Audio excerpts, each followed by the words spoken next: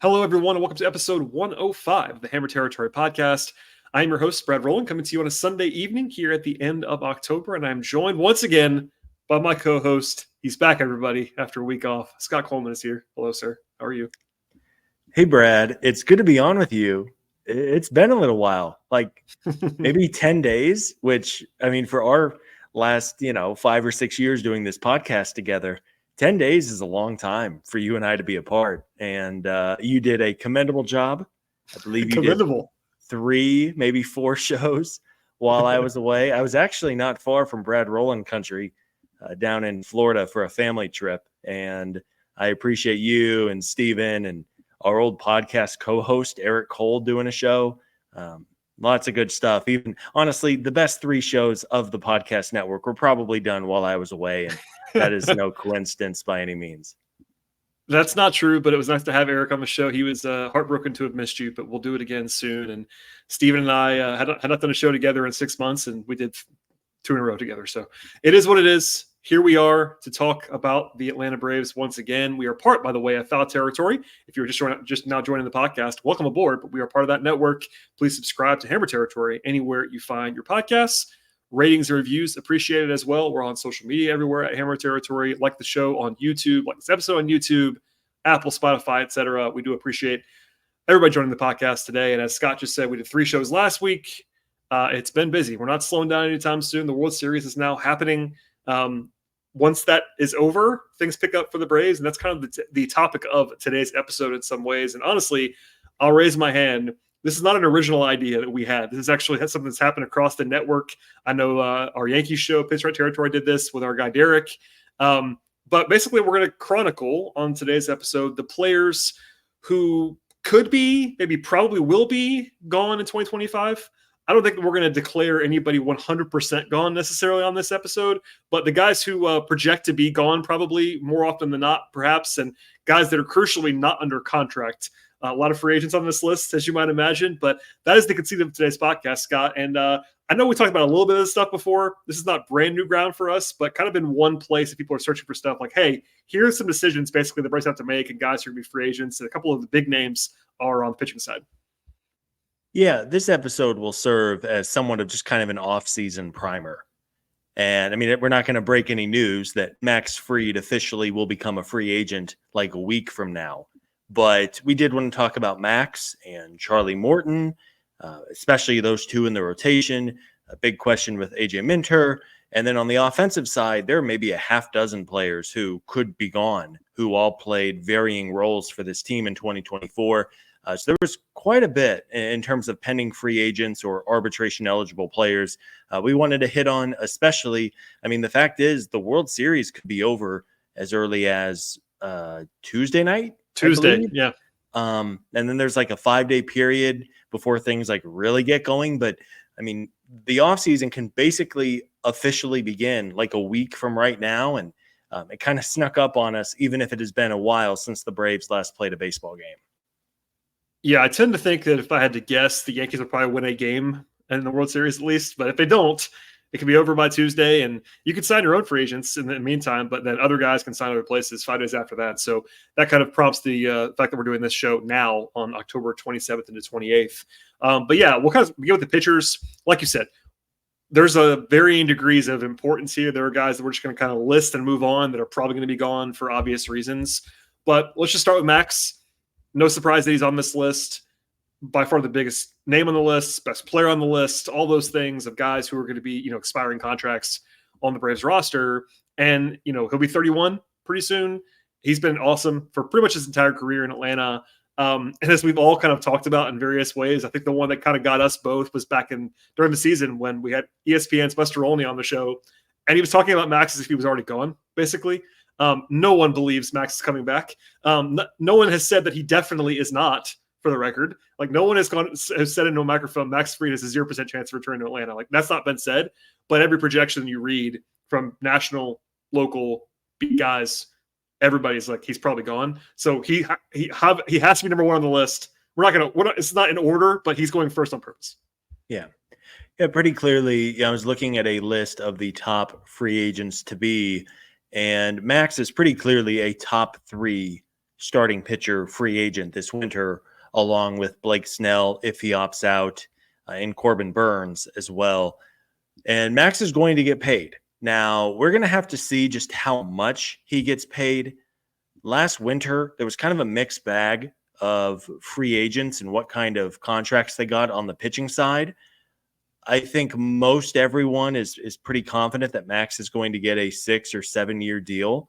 And I think it's fair to say it's probably, or maybe it's more likely than not, going to come from the Atlanta Braves, or from a team other than the Atlanta Braves. Yeah. But these things play out, and maybe there are a half dozen teams who are really gung-ho on Max, and they all decide to go elsewhere for whatever reason. And then maybe there comes a point in time with the Braves and Alex Anthopoulos and Fried and his agent, and something comes together. It's not impossible. I will say, signing starting pitchers on the wrong side of 30 to major free agent deals make me pretty nervous. It's very much a mixed bag historically. This is not like giving a player in his early 20s one of those patented Braves extensions, because the fact is something would have to catastrophically go wrong for those deals to not work out. And sure, there are examples of pitchers who signed on the wrong side of 30 and have gone on to be great. Your Garrett Coles, your Zach Wheelers, but there's also on the other side, your Steven Strasburgs and Patrick Corbins, where the deals just completely blow up in your face and you're kind of handcuffed with a really bad deal. So we will see ultimately what happens with Max Fried. Yeah, we're not going to do 10 minutes on Max necessarily right now, because we've done it already and we'll do it again, I'm sure. But, part of the argument is, what are you paying for? Because if you give him a 6-year deal, 7-year deal, it's almost, I want to say certain, but it's very likely that at the end of that deal will not age well. You know what I mean? Like you're kind of doing it so that you can make your team better in the short term, knowing that by the end, he probably isn't going to be quote unquote worth $30 million a year at age 38 or whatever. That there's a calculus there. And if the Braves were to sign Max Fried to a big deal, I would not criticize it. I'd be probably pretty happy about it. But I also understand what you're getting into. And it's not my money, as we always famously say on this podcast, not our money. But you still have to allocate it well. And there are arguments on all sides. But yeah, I think that he could be back. But I think the way that you get to it is the way you laid it out.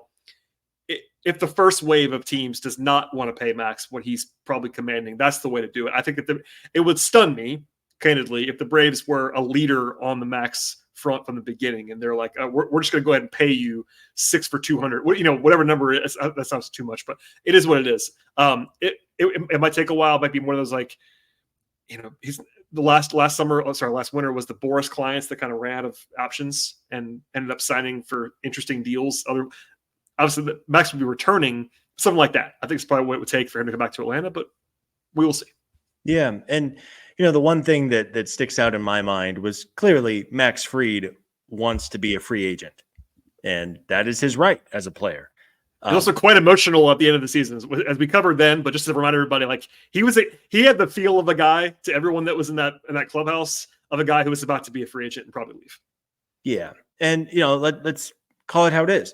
Basically, every single one of Max's teammates worth a damn over the last 5 or 6 seasons have all signed extensions with the Braves. Yeah. Other than maybe 1 or 2 notable players, the Braves have been, I think, on the right side of these big extensions internally. And there was some reporting from Justin Toscano of the AJC that maybe a year or a year and a half ago, the Braves and Anthopoulos engaged with Max Fried's camp about a potential extension. Obviously, nothing came to fruition, which tells me that Max's side probably wants too much money and the Braves weren't willing to match it, or what, clearly an agreement was not reached. Whenever you negotiate with 29 other teams, I think that is obviously going to work in the player's advantage. But we just don't know. I mean, Max and his agent might say, we want 8 years. And I would be shocked if a team pays that. I think, again, the Aaron Nola 7 years, $177 million is a pretty fair comp for Max. And ultimately, we will see. But clearly, the biggest name on this list that we're going to talk about tonight is Max Fried. So from here, we can go to the less big names. It will be obviously a little bit quicker on some of these too. I think, and look, I'm you could accuse me of bias if you want to, Scott, on this podcast. I think the second best player on this list is the next player. He happens to be this very, very old starting pitcher. His name is Charlie Morton. He is not Max Fried, but he's also not Gio Urshela, who we'll get to later on. Like Charlie Morton is still a good Major League Baseball player who is worth money if he wants to pitch. But it seems to be a question of is he going to retire or not, which we've all kind of assumed he probably will. Although our old pal Mark Bowman kind of floated this week that he may not. So we'll see on that front. But Charlie's going to be 41 pretty soon. He's just an old man. Yeah. That's where I can start things off. Charlie's old.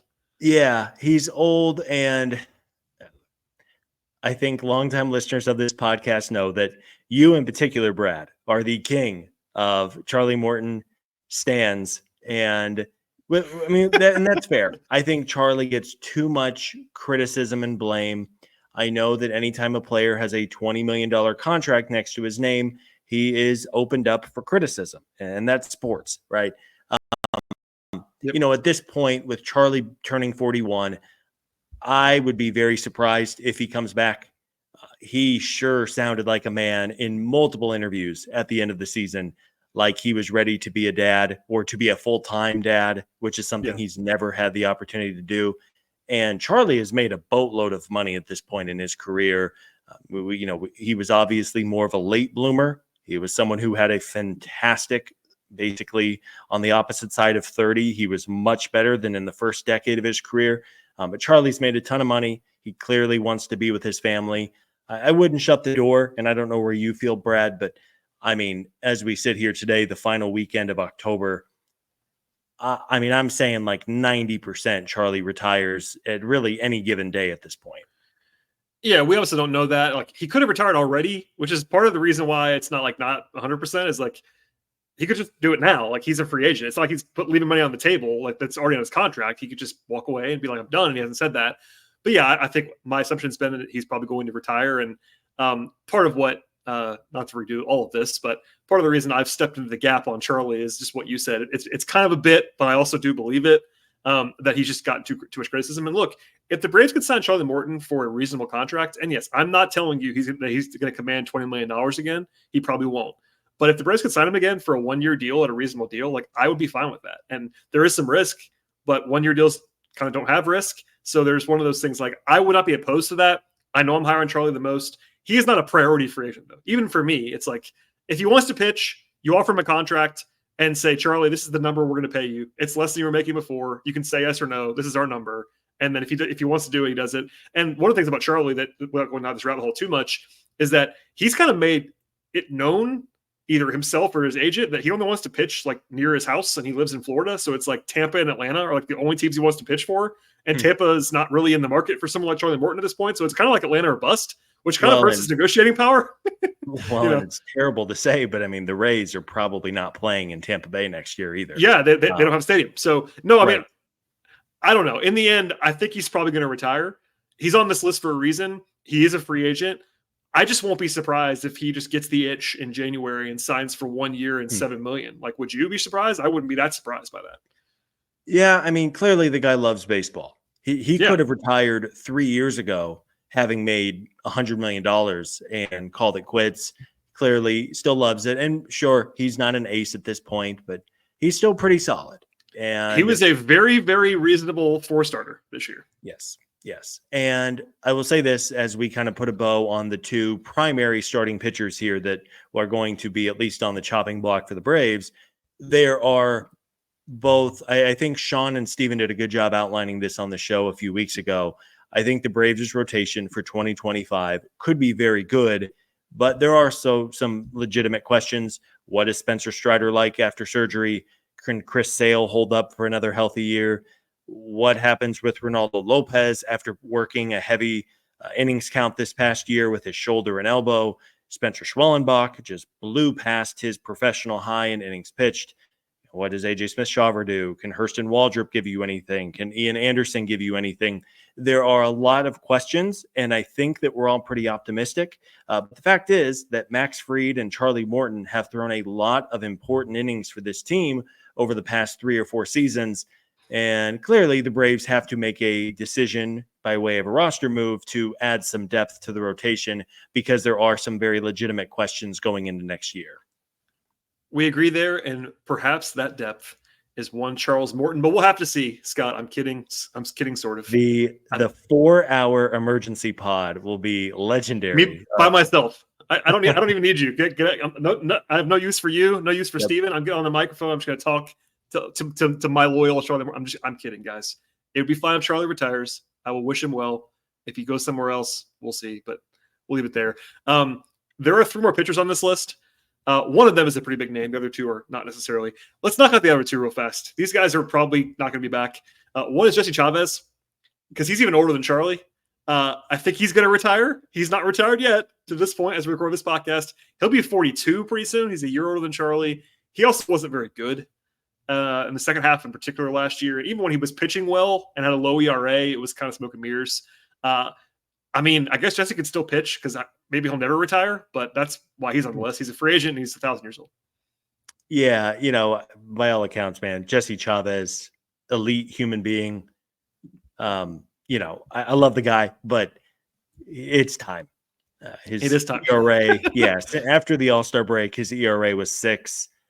His underlying metrics across the board just showed it was a ticking time bomb. And again, man, Jesse did a fantastic job for this team over the last, 4 seasons. But I would be pretty surprised if Jesse is back next season. But hey, if he wants to come back in like a coaching role, an advisory role, whatever it might be, then I would obviously welcome him with open arms. But I would be pretty shocked if Jesse returns in 2025. Yeah, nothing else to add on that. If he retires, we'll probably celebrate him one more time. And in the meantime, I guess he could sign a 1-year minor league deal. But man, I'd be kind of surprised. Another guy who is a Braves legend for all time because of 2021, but Luke Jackson. Remember him? He was in the Soler trade. He came back to the Braves. He threw 18 innings in Atlanta, and he allowed 17 hits and 11 walks in 18 innings. He was not very good. So that feels, man. I think I speak for you, Brad. I don't mean to cut you off, but I think I speak for you, and I think I speak for everybody listening that the Luke Jackson experience cannot happen again next season. It won't happen again. And it was, it was a worthwhile shot in the dark for a pretty deep bullpen to begin with.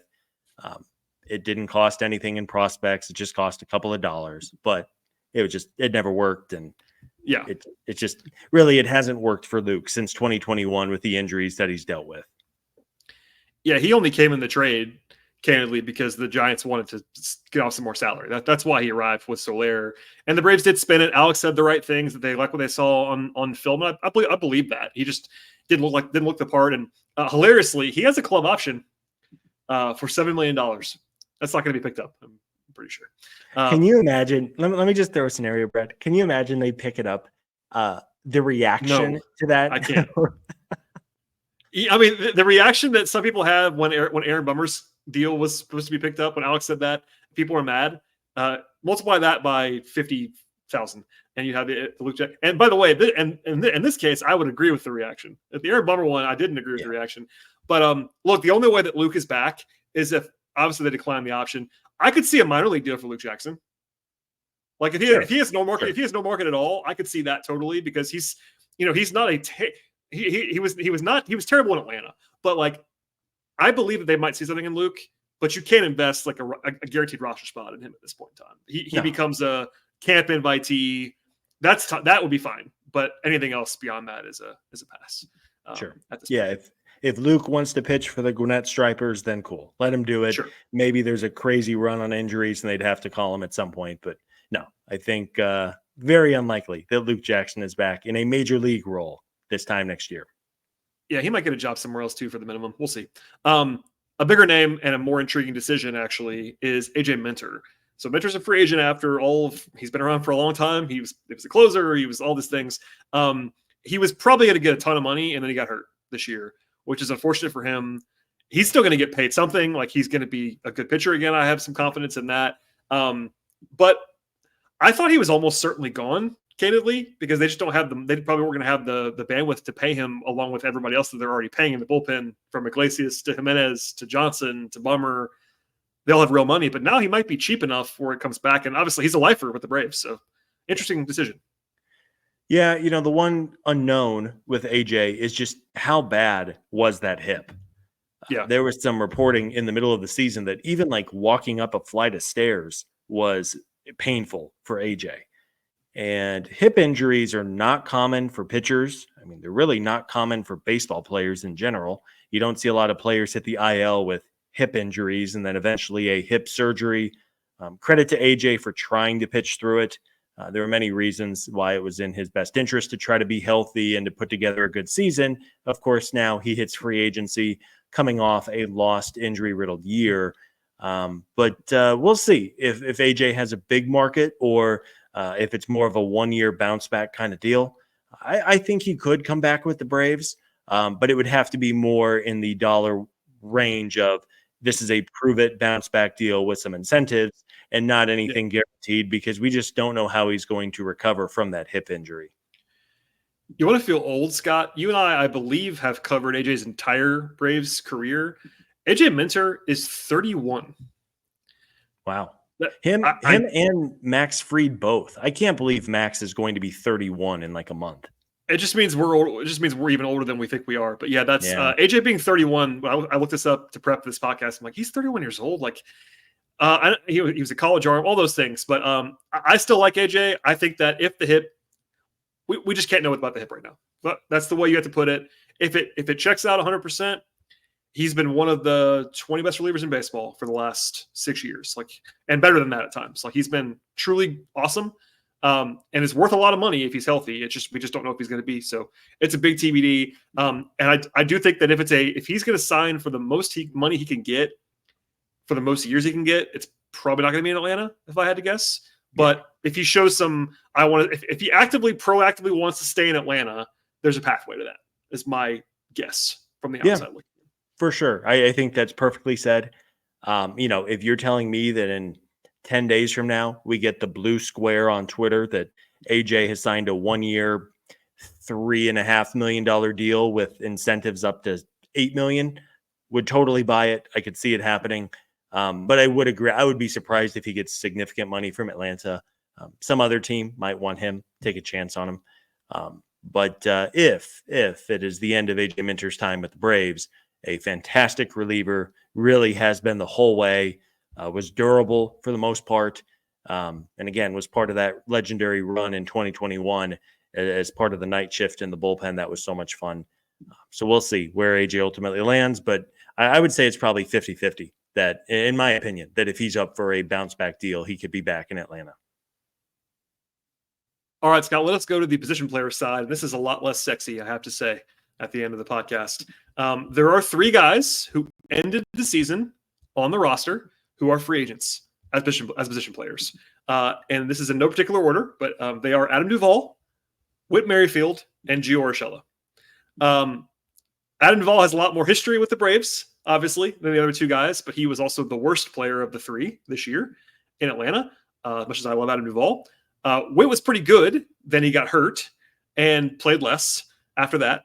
I think you made a note, and thank you for reminding me on this. We actually shared in our podcast audio, if you're an audio listener, Whit did like 25 minutes with Foul Territory, and it was pretty insightful. I think people should listen to that. You can find it in our feed. That was a fun interview to listen to. We weren't there, but it was fun. And then Gio Urshela came out of absolutely nowhere to replace Austin Riley and did okay. But all 3 guys are like not core pieces of a team, and they're all free agents. So, I mean, how do you want to frame this? Will any of these guys be back? It's more of an interesting. It's almost more interesting than any of the 3 in particular, because I think all 3 of them are less likely than not. More likely than not to go somewhere else. But will any of them back? That'd be interesting. Yeah, I mean, Adam Duvall, it's time to retire, man. He might catch on with a spring training invite somewhere. I was gonna say, I bet he can get I bet he might get the minimum from the Pirates or something. It's one of those things where he's a useful guy to have around. Yeah, hits the ball a long way sometimes. Play him every day, and he's not good to play every day anymore. But the only way to get value from Adam Duvall is to play him every day, and the Braves can't do that. And he was so bad this last season. I mean, was late on every fastball in the zone. Adam was signed for a very specific role coming in, and all of a sudden he found himself out there a lot because of the injuries and Jared Kelnick's inefficiencies and all of that. So, Oh Adam God, was, he was worse than I thought. Just you oh, want he to was see the terrible. numbers? I have the numbers in front of me now. It was worse than I was picturing. So Adam Duvall's slash line in 330 plate appearances this year was 182, 245, 323 for a 569 OPS. He had 11 home runs, which is actually a decent pace. It's like a 25 homer pace if you play it full time, but that's it. That was it for Adam Duvall. Yeah. And man, I love Adam Duvall, but it's over. You're right. Yeah, I mean, long-time listeners know you and I have been fans of Adams, Yeah. In prior seasons, but the offense was bad. The defense just, I mean, man, usually in your 30s, when the defensive decline hits, it hits like a Mack truck. I mean, it's a quick, steady decline. Just anecdotally, there were a half dozen gaffes that I can think of in the outfield.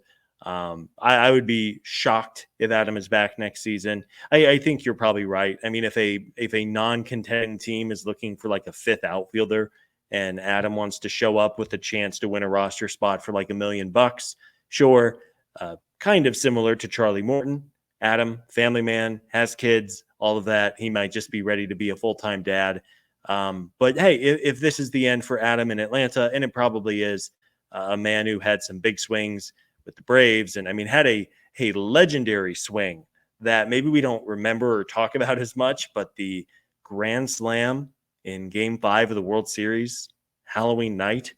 I mean, obviously that game didn't progress the way we wanted to.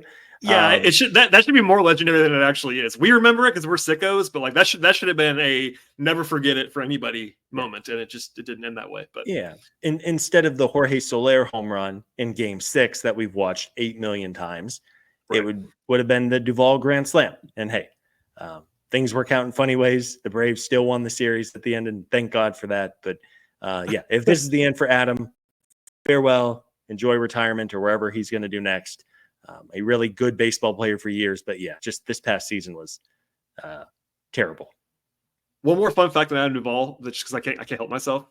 In 2021, which is the season, of course, he hit that home run, the Braves won the World Series, et cetera, et cetera. In the same season that year, he won a Gold Glove. That happened. He won a Gold Glove that season, and he led the league in RBI. He led the league in RBI that year. Wow. Huh. I didn't know that. So right now I'm looking at the box. I'm looking at Baseball Reference. I'm like, wait, he led the league in RBI? That happened? It did. Yeah. Obviously, 113 RBI. Counting stat, but RBIs, hey, you know what? It means you got hits with runners on base, and that is the name of the game. Something the Braves obviously struggled with this past season. But yeah, I was surprised too. When I looked, I knew Adam Duvall had struggled because we talked about it a lot on this podcast. But just looking at the numbers on the whole, he was genuinely one of the worst players in baseball, regardless of how many innings he played. And it was not a good experience this past year. Yeah. And the other two guys, are much more utility. Whit Merrifield could play everywhere. He played second base very adequately, better than that, actually, at times for the Braves this year. He was quite good in that role. It's so weird because they're all intertwined with Orlando Arcia, and we're not going to do the Arcia thing on this podcast because you and I've done it many times already. It'll probably happen again. But if they get a different shortstop and Arcia becomes the utility guy because he's under contract, you only need one of those. And that kind of would be the role that either Merrifield or Urshela would be in any theoretical world. They're not going to be there to start. Witt could play some outfield theoretically, so maybe that will give him a leg up. And I think he's a better player than Urshela, but Urshela was good in Atlanta. So like those guys are very useful bench players in Major League Baseball right now. Merrifield could start for a lot of teams, I will say that. But for this Braves team with all of their guys under contract in the situation, it's one role that's available, and it may not even be available. Yeah. Yeah, I would happily take Witt back. And he talked on that interview on Foul Territory, which you mentioned is in our podcast feed. He spoke glowingly of his time with the Braves. I mean, it was pretty clear based on an earlier interview that he was hoping the Braves were going to sign him before the Phillies did. And obviously it didn't work out. And the fact is, with Ozzie Albies under contract and a healthy Austin Riley, and I don't think Witt can really play shortstop anymore. He would truly have to take a backup bench role with the possibility to play more because injuries happen, as we all unfortunately saw very firsthand this past year. But if Witt wants to play more regularly, Obviously, it'd be tough for him to find those reps in Atlanta. But hey, if he wants to come back on like a 1-year kind of minimal money backup infielder, throw him in the outfield, I would take that in a heartbeat. I don't think Gio Urshela will be back. It's basically impossible for him to get any kind of playing time short of an injury to Austin Riley. And I think Gio probably will be able to catch on in a utility type of role somewhere else.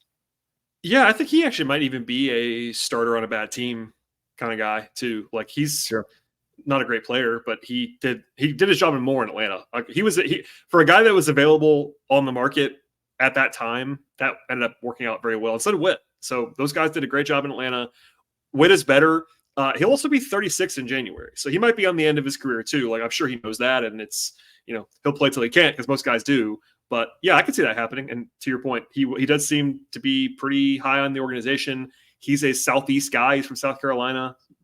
All those things. So would not shock me if you got the blue square on Whit too for a cheap contract. But I was still, just because he's a free agent, I would still probably guess it's more likely than not he's not back.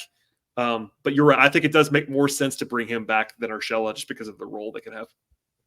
Yeah, and hey, I mean, if he's on the true back nine of his career, maybe on like the 17th hole, Merrifield seems like a guy who wants to be on a contender. I can't imagine him going to the Chicago White Sox and being happy losing 111 games next year, going to the pick a bad team of choice and partially playing on a bad team. I mean, he's made some real money in his career. So if I was him, I would be interested in a contender, even if I'm not going to play a ton. I think Whit, maybe not 50-50, but I think there's certainly a chance that he could be back. But I think as we've kind of outlined, we don't see that for Urshela. Yeah, and we'll sign off here in a second. One more guy to note, and he's very much in limbo. This is probably a deeper topic for another time. Ramon Laureano is under team control. It's going to be a situation where the projection for arbitration is like $6 million for Ramon Laureano. So that's not a no-brainer, yes. He could be worth that, but it's not like a situation. He's the only guy that's like a real choice the Braves have, I feel like, in arbitration. Like Kevin Biggio is not going to get his number in order. I think you shared the list. He's really the only one that's like a decision. So that's where the decision is like, okay, they either want him $6 million and or $6-ish million. They'll tender him a contract and he'll be back in that role. And even beyond that, once you have that decision, it's like, okay, is he your left fielder? Is he in a platoon with Jarred Kelenic? What is your plan there? That kind of folds into our long discussion about the DH and outfield spots from previously in the winter. But he isn't so good that you have. I mean, he was really good in Atlanta, but that was not sustainable probably. And he's not like a guy they have huge ties to beyond. They added him this year and he played very well. So I don't know what to do with Laureano. He's kind of in his own section of this discussion because he's technically under team control, but he may not be. And then you have the trade guys beyond that. Like, what do you think about Laureano shortly? Yeah, if anybody missed the episode that we did a few weeks ago titled "The Braves Have a DH Conundrum," we talked about the DHs in the outfield for about an hour. Yep. And at the risk of turning this into another hour-long episode, the Braves have 8 million ways they can go with the outfield and DH, which are essentially connected to each other with how this roster is built. I don't know what to do with Ramon Laureano. He was great. I mean, talk about a godsend. I mean, he was signed off the scrap heap for nothing and gave the Braves some real offense for 3 months where he was in the lineup most days and really hitting the baseball. Defensively, he's okay. He's a pretty good athlete. He had some notable gaffes in the outfield, but it was almost just kind of like a case of the yips where I think it was more mental than anything physical. But $6 million is real money, and we just don't know what they're going to do with, namely, Jorge Soler. And internally, I'd also be fascinated to know what they think of Jarred Kelenic, if they think there is something in that tank, or if it was a worthwhile 1-year gamble that just didn't pay off, and now they view him as more of like a 4th or 5th outfield type. We don't know those things. It's a fascinating decision that the front office has. I could see them bring back Laureano for $6 million, and they might think they would have enough of a role to justify that cost.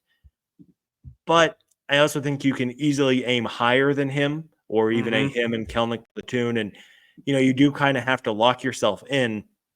If you pick up his option, you're locked into it, right? Or I'm sorry, if you tender him a contract in arbitration, you're locked into it. Whereas if you decline that option or decline to opt to pay him in arbitration, you could always circle back in January and sign him if you want. And then you're not necessarily guaranteeing into anything in October or November. Yeah. It just gives you some more flexibility. Yeah, and for a very quick just piece of background, because I'm sure Braves fans that only watch the Braves would be like, this guy's a no-brainer. Obviously, you keep him, and he was really good in Atlanta. He had 832 OPS, like he was really good. The question is that real at all? And the underlying data was not that encouraging. And in like the 2.5 years basically before that, he was an OPS in like the mid 600s. Like he was a replacement level player for about 2.5 years before that. So which one of those is real or closer to real is the question the front office has to answer. If it was just like, if it was cheap, yeah, you retain him and whatever else, but it's not that cheap. And so it's a decision they have to make. I think he's more likely to be back than a lot of these guys are because they have the easy lever to pull if they want to keep him. Just like, hey, tender a contract, arbitration, and here we go, Ramon. You're really good this year. And he was. But I just candidly don't know. And I've been trying to find, there's been no reporting on this at all. Like Alex wasn't asked about it in the one presser he gave. I've been trying to find out what he thinks about Ramon Laureano, and I don't know the answer. So we'll see.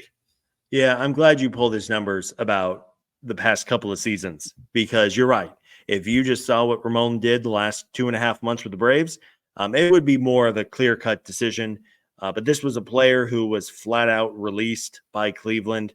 Has not been very good the last few years. Once upon a time, he was quite good with the Oakland A's and then got popped for PEDs and really struggled after that. I don't know. Again, this is an interesting decision. If the Braves opted to bring Laureano back, I wouldn't be shocked by any means. But there's also some underlying numbers, which you kind of hinted at. He carried a 385 batting average on balls in play. That's likely to come back down. But at the same time, he hits the baseball hard and he does a lot of things in the batter's box that you like. So this one for me really does kind of feel maybe more 50-50-ish compared to like an Urshela or Duvall, where it's like a virtual lock that they are not back.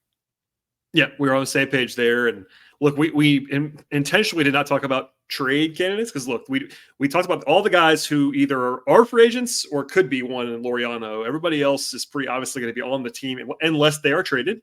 And we spent a big portion of that DH conversation talking about Jorge Soler. I think that we probably agree, you can correct me, he is probably the most likely person to be traded on the roster if they make a trade. Does that sound right to you? Yeah. Yeah. So because he is paid like a good DH, and that's what Jorge Soler is. Yes. But the Braves also have Marcell Ozuna, who is a very two of those good guys. Yeah, very good, similarly paid DH.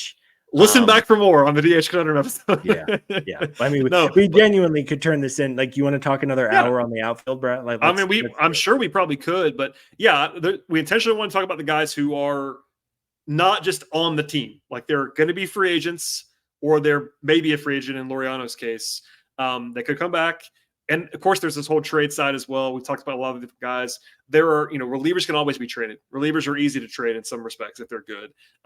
Could they pull a more shocking move with one of the core guys? It could. I don't think it's going to happen, but they could. They could do an all-in. There's all kinds of stuff that they could do here. But the guys we highlighted on this episode are the guys who are available to leave, who might be gone. It's easy for them to be gone. There's a big range there. Max Fried is a legitimate star player. And then you go all the way down to Urshela and Duvall, and these guys are just, they're pure role players at this point in time. So it's a wide range. But we've run the gamut, Scott, in 40 minutes. Yeah. I mean, we're not breaking any news here, but this is a very important offseason that's on the horizon. 2 very large holes in the rotation. The bullpen, maybe they have a question or two, but the bullpen seems like it's in pretty decent shape. And then, of course, the lineup. What do they do with the outfield? Do they clear up the DH logjam? And can they improve shortstop? And God, let's hope that the new hitting coach can get Sean Murphy back on track among the catchers. There are some questions this offseason to be sure, but I think on the more immediate side, it's, are the Braves able to work out a deal with one of these players who are pending free agents?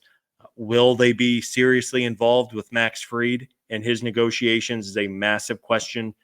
And then with Charlie Morton, is he going to retire? Or did the Braves try to bring him back again? These are all things that we might get clarity on here pretty soon, especially with the World Series potentially being over here in a couple of days. Yeah, and we'll probably have some talk about that. Not going to be covering the World Series in depth, but more baseball to come. It'll be busy all winter. The Braves, even as we said before, can sign their own guys now or talk to their own guys now that are free agents if they wanted to. So we'll get into all of that in the coming days. Scott, I'm glad you're back from your East Coast travels. I appreciate you being here. Tell people that might not know our work and your work just yet, where they can find you on social media for more of your grand musings on Arizona football and everything else. Oh man, we don't need to go down that rabbit hole, Brad. Anthony Richardson, the Colts takes. What else you got going on over there? It's been a bad football year. My sports, people who don't know, my sports allegiances are all over the place because of family ties and moving around a bunch as a kid. But it's been a rough football year for me. But I do appreciate you doing the show late into Sunday night here. Good to be back in our normal time slot with you. I will say one quick note to go out on the podcast. And I tweeted this like a week ago, and people were coming in hot and heavy. But shocking. For those who don't know, I live on the West Coast. And for the other half of my life, I lived in the Central Time Zone. After spending 1 week on the East Coast, I cannot tell you how miserable of a sports viewing experience is for television purposes. I was beside myself. I hated that I was falling asleep in like the fifth inning of every playoff game last week. Man, I know people who have probably never lived anywhere but the East Coast were coming for me, but the West Coast is superior in every way, shape imaginable for sports viewing. And I was struggling, man. We were leaving dinner at 7:45 on Thursday night. And I'm like, oh, yeah, there's a good football game on tonight. Rams, Vikings. I wonder what the score is. I whip out my phone app, and the game wasn't kicking off for 30 more minutes, Brad. I was losing my mind at the time change. Anyway, that is my very random tangent for the pod. If anybody is still listening, we appreciate you. But great content. Yeah, Central, Mountain. I think Mountain is probably superior. But then, I felt like such an old man, but I was falling asleep. Like I fell asleep in the fifth inning of the World Series where Freddie hit the walk-off grand slam and caught the highlights the next morning. And was like, man, that was kind of a bummer to, miss good sports regardless of the situation. Of course. There's this whole debate, and we won't have it now, but like if you work in sports, like if that's your whole job, like if you're a sport, like I think Mountain Central, one of those is probably like the way to go for you. Obviously I've lived in the East Coast my entire life, other than being born in California very briefly. I don't sleep very much, so I can manage it, but it's a lot of late nights, man. Like if you try to cover a team that plays on the East Coast, like I'll in fact, before this podcast, I did a Hawks show right before we started recording, and I hurried to get it done. It was a road game. I was at home instead of being at the arena, and I'm not done doing it right now as we're talking. I got more to do when we sign off, and it's midnight Eastern. Like you're just up till 1 a.m. every time. So it's crazy, it's not the easiest thing in the world. And I know it sounds weird that like football college starts at 9 a.m. on Saturdays and NFL starts at 10 a.m. on Sundays. I know it sounds weird, but it's so awesome. And then like prime time, like Monday Night Football's at 5 o'clock or 6 o'clock. It really is superior viewing for at least for your sleep schedule. But if you are a night owl or a crazy madman like you are, Brad, maybe it's not as bad. But I wanted to make a general comment on my East Coast TV viewing because it was really throwing me off for a loop. What a tough life you lead, Scott Coleman. I'm kidding. Thanks for being here, my friend. Thanks for your flexibility. We've almost gone into past midnight territory, and you're back on the West Coast, so I appreciate you being here. As for everybody else, please follow us both if you'd like to on Twitter/X. Scott is at ScottColeman55. I am at BT Rowland. The show, more importantly, is at Hammer Territory on Twitter/X, Facebook, and Instagram. One day, I keep promising this, one day we'll be on TikTok. I don't know when that is going to be. Might be 2050. It might just be Sean on TikTok. There we go. Yeah, love that. Or we got to get an intern, Brad, like a pod intern. Just talk Sean into being a TikTok guy on the podcast. Would be There you funny, go. just for his general aesthetic. Anyway, please subscribe to the podcast, everyone. I appreciate everyone listening. If you're still here by now, God bless you. Yeah, God bless you. That's sincerely the real heroes of the real listener heroes, the ones still tuning in here. That is correct. But subscribe, rate, review, like the podcast on YouTube, tell your friends about the show. We'll have more this week, and we'll see you all next time.